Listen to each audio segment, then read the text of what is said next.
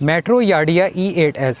जैसे कि petrol prices दिन ब दिन बढ़ रहे हैं तो टेक्नोलॉजी से भरपूर बाइक्स हमारे पाकिस्तान में आ रही हैं। इस वीडियो के अंदर मैं आपको बताऊंगा कि इस बाइक के क्या नुकसानात और क्या फ़वाइद हैं, ये बाइक लेनी भी चाहिए या नहीं लेनी चाहिए, इसकी रेंज कितनी है, इसके बारे में कंपनी क्या कहती है और चलाने के बाद किन बातों का पता चलता है, किस तरह के लोगों को ये बाइक लेनी चाहिए, किस तरह के लोगों को ये बाइक नहीं लेनी चाहिए। इसका मैं यूज़र रिव्यू दे रहा हूँ। तकरीबन 1500 किलोमीटर से ज़्यादा मैं इसको चला चुका हूँ। ये मेरी पर्सनल बाइक है। तो बिना टाइम वेस्ट किए आइए चलते हैं वीडियो की तरफ। वीडियो को एंड तक लाजमी देखिएगा और अगर आप चैनल पर नए हैं तो चैनल को सब्सक्राइब करें और वीडियो को लाइक करें, और अगर आपकी इन्फॉर्मेशन में इजाफा हो तो दूसरों के साथ शेयर भी करें। बिना टाइम वेस्ट किए आइए चलते हैं बाइक के रिव्यू की तरफ। स्पेक्स की बात की जाए तो इसके अंदर 6 ग्राफीन की बैटरी आती हैं जिनकी पावर 38 एम्पेयर आवर बनती है। 1000 वाट की इसकी मोटर है जो कि पिछले रिम के अंदर लगी हुई है। लाइट्स की बात की जाए तो फ्रंट पे 3 LED हेडलैम्प्स दिए जाते हैं जिसमें से एक बहुत ज़बरदस्त पूरा रोड कवर करता है। दिन में और रात में इसकी बहुत अच्छी लाइट है। और अगर डिपर की बात की जाए तो हाई बीम के लिए इसकी जो लाइट है उस टाइम इसके 2 लैंप ऑन होते हैं जो कि पूरा रोड आपका कवर करते हैं, बहुत दूर तक साइड क्लियर करते हैं आपकी। 2 इंडिकेटर लगे हुए इसके अंदर बहुत ज़बरदस्त हैं जो ना सिर्फ राइट लेफ्ट भी चलते हैं बल्कि हैजर्ड का भी इसके अंदर ऑप्शन है, दोनों एट अ टाइम भी चलते हैं। और ये आपको फॉग के टाइम पे बहुत हेल्प करेंगे। फॉग लैंप 10 इंच की एल्यूमिनियम के रिम है आगे और पीछे। इसकी दोनों ब्रेक्स डिस्क ब्रेक्स हैं और हाइड्रोलिक ब्रेक्स हैं। शॉक एब्जॉर्बर की बात की जाए तो बहुत ज़बरदस्त शॉक एब्जॉर्बर है इसके। अगर टॉप स्पीड की बात की जाए तो इसकी 3 मोड्स हैं। पहले मोड के ऊपर आपकी बाइक 30 से ऊपर नहीं जाती। दूसरे मोड के अंदर आपकी बाइक 45, 46, 47 इतनी स्पीड में रहती है। तीसरा जो कि तकरीबन 30 से 35 सेकंड के लिए आपको मोड दिया जाता है जो बेसिकली ओवरटेकिंग के लिए होता है, उसको कहते हैं बूस्टर मोड। उसके अंदर ये 55 किलोमीटर तक की स्पीड अचीव कर लेती है जो कि आप बार बार लगा सकती है, यानी कि 30-35 सेकंड के बाद जैसे ही बूस्टर मोड खत्म हो फिर 55 पे ले जाए, जैसे ही खत्म हो फिर 55 पे ले जाए, वो आपकी अपनी मर्जी है। लेकिन मैं आपको सजेस्ट करूंगा 45 तक बहुत बेफिट चलती है। और दूसरी बात है कि बाइक की बहुत अच्छी रोड ग्रिप है, आपको ज़रा भी डर फील नहीं होता कि स्लिप हो जाएगी वगैरह वगैरह। अभी तक मेरे पास ये स्लिप नहीं हुई। इसके अगर वेट की बात की जाए तो 130 kg बाइक का ड्राई वेट है और 170 kg तक हम इसके ऊपर बैठ सकते हैं। मतलब 170 kg तक का एक बंदा बैठ जाइए, 2 बंदे बैठ जाए, बाकी 2 बंदे बिठा के भी इसकी पावर के अंदर कोई कमी नहीं आती, कोई पिक में मसला नहीं होता और कोई टॉप स्पीड में मसला नहीं होता इसका। मीटर की बात कीजिए तो आपको इसके ऊपर पहले तो ड्राइव मोड का आपको बताया जाएगा कि पार्किंग में ही ड्राइव में, जैसे ड्राइव मोड में आती है तो ये इधर आपको स्पीडोमीटर के डिजिट शो होने लग जाते हैं और यहाँ पी की जगह पे मोड शो होने लग जाता है कि 1 मोड के अंदर आप चला रही है, सेकंड मोड में चला रहे हैं। यहाँ पर आपको बैटरी के बारे में पता चलता है, ये आपको रीजनरेशन का बताता है और नीचे आपको बताया जा रहा है कि टोटल कितनी चल चुकी है। जैसे ही आप ऑफ करके ऑन करते हैं बाइक को तो ये आपको टोटल माइलेज बता देती है, लेकिन जैसे ही आप इसको मोड में शिफ्ट करते हैं तो ये ट्रिप मीटर पे आ जाती है, यानी कि 0-0 कर देती है और आपको ये बताएगी कि आपने टोटल कितना चला लिया है, जो कि इसके अंदर ऐड हो जाएगा। वो आपको उस टाइम नहीं शो होगा, जैसे ही फिर आप ऑन करके ऑफ करेंगे तो आपको टोटल इसका शो हो जाएगा। अगर राइट असेंबली की बात की जाए तो राइट असेंबली में सबसे ऊपर जो है हैजर्ड्स का ऑप्शन है, इस पर डबल इंडिकेटर ऑन और ऑफ होते हैं ये। इसके बाद लाइट ऑफ, पार्किंग का ऑप्शन और लाइट ऑन का ये आपको बटन मिल जाता है देखने को। यहाँ से आपको मोड शिफ्ट होता है, मोड 1 और मोड 2। अगर दूसरी तरफ बात की जाए तो डिफर का ऑप्शन है, हाई और लो का। ये इंडिकेटर का ऑप्शन आ गया हमारे पास। नीचे हॉर्न का ऑप्शन आ गया हमारे पास, यहाँ से हॉर्न बजाया जाता है इसका जैसे दूसरी बाइक्स के अंदर होता है। और यहाँ से आपने मोड चेंज करना होता है, पार्किंग या ड्राइव मोड के अंदर अगर आपने आना होता है तो यहाँ से आया जाता है। ड्राइव मोड के अंदर आने के लिए आपको पिछली अगली कोई भी ब्रेक लगानी पड़ती है, उसको लगाकर आपको पार्किंग का बटन दबाना पड़ता है तो आपका जैसे मीटर पे देख सकते हैं आपका मोड चेंज हो गया है। दूसरी तरफ से आप मोड शिफ्ट कर सकते हैं, मोड 1 और मोड 2 सिर्फ आपके बटन के ऊपर ही चेंज हो जाता है। बाइक अगर 3-4 सेकंड 5 सेकंड खड़ी रहती है तो वो ऑटोमेटिकली आपके पार्किंग मोड पे चली जाती है। इसके अंदर दिखाया जा रहा है कि इसकी टॉप स्पीड कितनी है, बूस्टर गियर कैसे लगाया जाता है। बूस्टर गियर लगाने के लिए आपने फ़ौरन रेस छोड़ते ही फ़ौरन रेस देनी है तो ये बूस्टर मोड पे कन्वर्ट हो जाती है। कीलेस एंट्री के साथ ये बाइक आती है जो कि फीचर्ड बाइक है। इसको ऑन करने के लिए आपने डबल क्लिक करना है तो ये ऑन हो जाएगी, इधर से ही ऑफ़ हो जाएगी और ये इसका लॉक का बटन है, इससे ही लॉक हो जाएगी। ये लॉक होने के बाद क्या करती है मैं आपको भी दिखाता हूँ इस वीडियो के अंदर। जैसे ही लॉक कर दी आपने बाइक, आपने इसको जैसे ही चलाएंगे थोड़ा सा चलने के बाद ये अपने टायर को जैम कर लेगी, पीछे वाले टायर को, और बोलने लग जाएगी। ये फिर इससे आगे आपसे नहीं ले जाई जाएगी, इधर ही लॉक हो जाएगी, बोलने लग जाएगी, जैसे कि आप इस वीडियो के अंदर सुन भी सकते हैं। हैंडल लॉक करने के लिए आपको चाबी का इस्तेमाल करना पड़ेगा, चाबी के बगैर इसका हैंडल लॉक नहीं होता।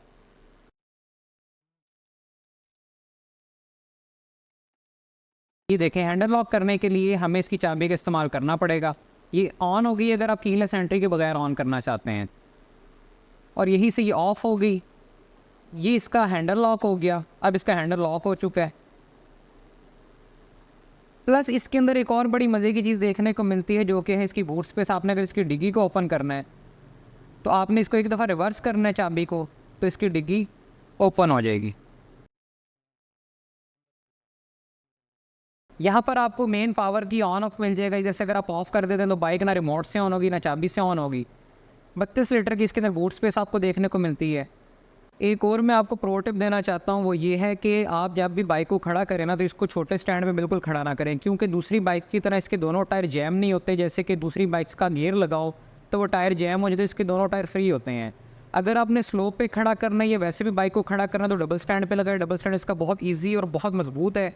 आपने सिर्फ थोड़ा सा वज़न ही डालना है तो इसने खुद ही बाइक ने चढ़ जाना ऊपर। चार्जर है, जब इसकी चार्जिंग होती है तो यहाँ रेड लाइट ऑन हो जाती है और फुल हो जाती है तो ये ग्रीन लाइट ऑन हो जाती है।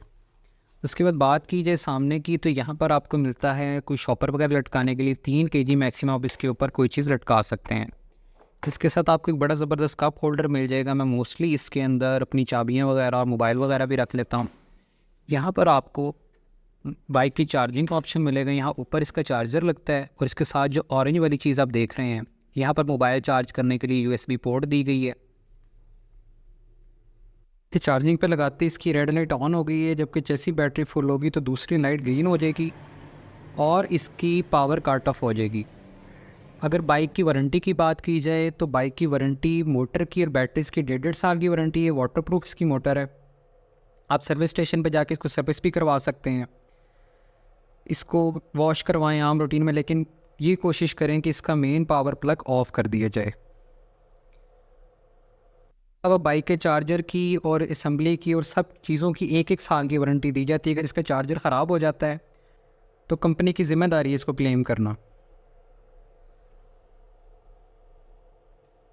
बहुत से लोग कहते हैं कि इसको वॉश नहीं कर सकते, तो इसमें कोई मसले वाली बात नहीं। अब इसको वॉश कर सकते हैं, बस इसका मेन पावर आपने ऑफ़ करके इसको वॉश करना है। और बहुत से लोग कहते हैं कि इसका नंबर नहीं लगता, नंबर प्लेट नहीं होती इसकी, तो वो बिल्कुल गलत बात है। इसका बिल्कुल नंबर लगता है। मैंने अपनी बाइक पे नंबर लगवाया हुआ है। पाकिस्तान एक्साइज से इसका नंबर लगेगा। पाकिस्तान में एक्साइज डिपार्टमेंट से इसका नंबर लगेगा। 3650 इसकी फ़ीस है। क्योंकि आजकल नंबर प्लेट्स नहीं आ रही, तो तकरीबन 2100 रुपये के अंदर इसका नंबर लग रहा है। अब बात कर लेते हैं कि जी कंपनी हमें क्या कहती है और पर्सनल चलाने के बाद मेरे ऊपर क्या इंकशाफ हुए हैं। सबसे पहले तो हम बात करते हैं कि एक चार्ज में कितने किलोमीटर तक चलती है। कंपनी क्लेम करती है कि 155 किलोमीटर चलती है। अगर 25 किलोमीटर की स्पीड से इसको चलाया जाए, 25 डिग्री टेम्परेचर और 75 kg का बंदा इसको ड्राइव करता है तो। लेकिन मेरे ज़ाती एक्सपीरियंस के अंदर मेरा 75 kg वेट है। कभी मेरे एक दोस्त भी मेरे साथ होता है। मोस्टली हम 2 बंदे यूज़ कर रहे हैं। हम 25 पे भी मैंने इसको चला कर देखा है एक चार्ज के बाद। टोटल 45 पे भी चला कर देखा है, 55 पे भी चला कर देखा है। तो ये मुझे 120 से 125 की रेंज देती है। इससे ज़्यादा मुझे रेंज नहीं दे रही। मे बी टेम्परेचर का हमारे पास इशू आ रहा है, जो भी मामलात हैं। नंबर 2 बात, 6 घंटे कंपनी कहती है कि इसका चार्जिंग टाइम है, यानी कि आपने इसको अगर चार्जिंग पे लगा दी तो 6 घंटे के अंदर ये चार्ज हो जाएगी। लेकिन मेरे पास ये 8 से 8.5 घंटे लेती है चार्ज होने के अंदर। अब बात कीजिए इसके फ़ायदे और नुकसानात की। सबसे पहले बात करते हैं इसके फ़वाइद की। मुझे ये बाइक इस्तेमाल करते हुए तकरीबन 2 माह का अरसा हो गया है। पहले महीने मेरे घर का टोटल बिल आया था 3250 रुपया। दूसरे माह मेरे घर का टोटल बिल आया 1750। मैं अकेला बंदा रहता हूँ, तो मेरे हिसाब से मुझे नहीं फील हो रहा कि इसका कोई ऐसा खर्चा है। बाकी महीने में ये 5-6 दफ़ा मैं चार्ज करता हूँ, क्योंकि 4-5 दिन ये चल जाती है आराम सुकून से। 120 वाट का इसका चार्जर है। आप घर में इसको चार्ज कर सकते हैं। तकरीबन 3 यूनिट एक चार्जिंग पे ये लेता है। और इस बाइक की प्राइस की बात की जाए तो 2,70,000 रुपये की आपको मिलेगी। मेट्रो के किसी भी आउटलेट से, मेट्रो की किसी भी डिस्ट्रीब्यूशन से आपको ये ईजिली मिल जाएगी। नंबर 2, इसका आपको ये झंझट नहीं पड़ता कि बार बार पेट्रोल डलवाना है, ख़त्म हो जाएगा तो कहीं जाना पड़ेगा। आप सिंपल घर ना इसको चार्जिंग पे लगाएं, अल्लाह अल्लाह खैर सल्ला। इसके अंदर कोई मोबाइल नहीं डलवाना, कोई ट्यूनिंग, कोई मेंटेनेंस वगैरह नहीं है। 2 ट्यूनिंग इसकी करवानी होती है। एक मैं 1000 रुपये करवा चुका हूँ और एक मैंने करवानी है 3000 रुपये, जिसके अंदर ये बाइक को खोलते हैं, इसके थिम्बल चिम्बल साफ करते हैं, बैटरी के टर्मिनल साफ करते हैं, और ऐसे कोई इसकी ट्यूनिंग नहीं होती। ब्रेक्स वगैरह चेक कर लेते हैं। और दोनों ट्यूनिंग इसकी कंपनी की तरफ से फ्री होंगी। 3000 के बाद इसकी कोई ट्यूनिंग नहीं है, कोई मेंटेनेंस नहीं है। बस जब तक ये चलती है इसको चलाया जाए। बैटरी लाइफ की अगर बात की जाए तो 1000 साइकिल कंपनी क्लेम करती है। 1000 साइकिल का मतलब है कि 1000 दफ़ा ये चार्ज होती है। अगर आप रोज़ भी चार्ज करें ना तो 3-3.5 साल इसकी बैटरी की लाइफ होनी चाहिए। मैं करूँ तकरीबन 5-6 बार चार्ज। अगर आप 5 बार भी चार्ज कर रहे हैं तो तकरीबन 60-70 दफ़ा आप साल में चार्ज कर रहे हैं। उस हिसाब से आप खुद देख लेंगे 10-12 साल 15 साल आपकी बैटरी की लाइफ को होना चाहिए। और 12000 की इसकी एक बैटरी आ रही है। 6 बैटरी इसके अंदर डली हुई है। तकरीबन 72000 की बैटरी है। अगर 10-12 साल के बाद आपको 72,000 लाख रुपए खर्चा भी करना पड़े तो मेरे ख्याल में ये बैड डील नहीं है, क्योंकि इससे ज़्यादा आपका मोबाइल वगैरह का भी खर्चा हो जाता है दूसरी बाइक्स के ऊपर। नंबर 3 चीज़, इंतहाई कंफर्टेबल बाइक है ये। आपको ऐसे लगेगा कि आप GLI में राइड कर रहे हैं। जो पीछे बैठा हुआ बंदा है वो तो आपको दुआएं देता है क्योंकि उसने टेक लगाई होती है, पाँव रखे होते हैं, बड़ा अच्छा उसका पॉस्चर होता है। आपका भी पॉस्चर बड़ा अच्छा होता है, आपकी कमर बिल्कुल सीधी होती है क्योंकि इसका हैंडल आम बाइक से ऊंचा है। अगर लड़कियाँ ये बाइक चलाना चाहती है, बूढ़े लोग बाइक चलाना चाहते हैं तो टाँव उठाकर चढ़ने उतरने वाली झंझट इसकी नहीं है, आराम से बैठ कर चलाएँ। ऑटो पे रेस है इसकी, आपको बार बार गियर शिफ्ट नहीं करना पड़ता, आपको क्लच नहीं पकड़ना पड़ता, बस रेस ने 0 to 45 0 to 55 ही चली जाती है। रेस छोड़ेंगे 0 पे आ जाएगी, बंद होने का खतरा नहीं है, कहीं रश में आप फंसते नहीं। और रश में बाकी बाइक से ज़्यादा तेज़ चलती है ये बाइक, क्योंकि आपने गियर तो लगाना नहीं है। बाकी कोई दूसरे गियर पे जा रहा है तो दूसरे पे जा रहा है, तीसरे पे जा रहा है तो तीसरे पे जा रहा है। अगर उसने ब्रेक लगाई है तो वापस 0 पे आ जाता है, वो गियर शिफ्ट करता है, अपने लोअर गियर में आता है, फिर अपर में जाता है, लेकिन आपको इस तरह का कोई झंझट देखने को नहीं मिलेगा। नंबर 4 चीज़ जो सबसे इंटरेस्टिंग है, आप अगर 1 करोड़ रुपए की भी गाड़ी चला रहे हैं ना तो लोग आपको वो रिस्पॉन्स नहीं देते जो इसको देते हैं। लोग आपको मुड़ मुड़ के देखते हैं। मोस्टली मुझे तो आवाम रोक रोक के भी पूछ लेती है, कहीं पर अगर मैं पब्लिक प्लेस पे जाऊँ, बाइक को पार्क कर रहा हूँ तो 3-4 लोग आ जाते हैं मुझसे इसका रिव्यू ले रहे होते हैं, लेनी चाहिए नहीं लेनी चाहिए, क्योंकि एक नई चीज़ है, आवाम का राइट बनता है। नंबर 5 चीज़, इसके अंदर एक बहुत ज़बरदस्त फीचर है जो कि है रीजनरेशन का। जब आप बाइक चला रहे हैं, जैसे ही अब इसकी रेस छोड़ेंगे ना तो बाइक कुछ ना कुछ पावर बनाने लग जाएगी। मतलब अगर आपने बाइक चला ली है ना 100 किलोमीटर, तो 10-20 किलोमीटर जो आपको बोनस मिलते हैं वो इसकी रीजनरेशन पे मिलते हैं। अगर आप ढलवान उतर हैं किसी जगह से तो आप बस इसको छोड़ दें तो ये खुद ही रीजन करते हुए उतारती है। रीजनरेशन का दूसरा फायदा है वो ये है कि आपकी बाइक ऑटो ब्रेकिंग कर रही होती है, यानी कि आपकी ब्रेक्स का भी फायदा होता है। बार बार ब्रेक नहीं लगा रहे, जिससे उसके लेदर वगैरह जो डिस्क ब्रेक का मामला वो खराब नहीं होता। आपकी बाइक ऑटोमेटिक ब्रेकिंग कर रही होती है। अब आ जाए नुकसानात की तरफ। नुकसान में सबसे पहला नुकसान तो मुझे इसका ये है कि इसके साउंड नहीं है। आवाम बहुत डर जाती है जब उसके पास से गुजारते हैं। मोस्टली हिट होते होते मैं बचता हूँ क्योंकि मैं अपनी स्पीड में जा रहा हूँ तो आवाम को पता ही नहीं होता कोई चीज़ आ रही है। हॉर्न का वॉल्यूम बहुत कम है, कंपनी को चाहिए कि इसका हॉर्न का वॉल्यूम बढ़ाए। नंबर 2, इसकी ग्राउंड क्लियरेंस कम है। हमारे पाकिस्तान का एक मसला ये भी है कि जिस बंदे को कोई मुंह नहीं ना लगाता उसने अपने दरवाजे के बाहर स्पीड ब्रेकर बना लिया होता है। तो स्पीड ब्रेकर के ऊपर अगर आप अकेले चला रहे हैं तो नहीं लगती, लेकिन अगर 2 बंदे होते हैं तो भाईजान ये लगती है। माइनर से टच होते हैं, हमें थोड़ा एहतियात से इसको गुजारना पड़ता है। तो ये मैं एक चीज फील कर रहा हूँ। जो इसके अप मॉडल है जिसके रिम टायर थोड़े से बड़े, उसके अंदर ये मसला नहीं है। नंबर 2 आ जाए बैटरी सेल्स की। ऊपर बैटरी सेल जो है ना, पहले 2 वो तो ट्रस्टेड है। इसका 5वां जो सेल है वो गिरता है 60-65 की स्पीड पे आके। जो इसके बाद वाला चौथा सेल है वो फिर गिरता है आपका तकरीबन 80-85 पे जाके। लेकिन उसके बाद ये 3 सेलों को कैसे गिराती है उसकी कोई समझ नहीं आती। इसके लिए आपने बैटरी का हिसाब किताब खुद रखना है। मैं तकरीबन 100 किलोमीटर 110 किलोमीटर का मार्जिन मैंने रखा होता है लास्ट चार्ज से अब तक चार्ज तक। तो मुझे पता होता है कि ये इस टाइम बंद हो जाएगी, तो उस टाइम तक मैंने इसको रिचार्ज करना होता है। 4-5 दिन मेरे चल जाता है, 3 दिन भी चल जाते हैं, मोस्टली 2 दिन भी चल जाते हैं। वो डिपेंड करता है कि आप कितना चला रहे हैं। इसके लिए कंपनी को चाहिए कि एक ऐप बनाए जो मोबाइल के साथ कनेक्ट हो, जिसके ऊपर एटलीस्ट परसेंटेज हो, नहीं तो एटलीस्ट मीटर के ऊपर इसकी परसेंटेज शो होनी चाहिए। इसके अलावा लास्ट और इसका जो सबसे बड़ा नुकसान ये है कि जिस तरह मुख्तलिफ कंपनीज की बाइक्स आ रही है, मैं किसी कंपनी को प्रमोट नहीं कर रहा यहाँ पे, लेकिन अगर मैं बाइक चला रहा हूँ तो मैं इसके अंदर इंप्रूवमेंट चाहता हूँ।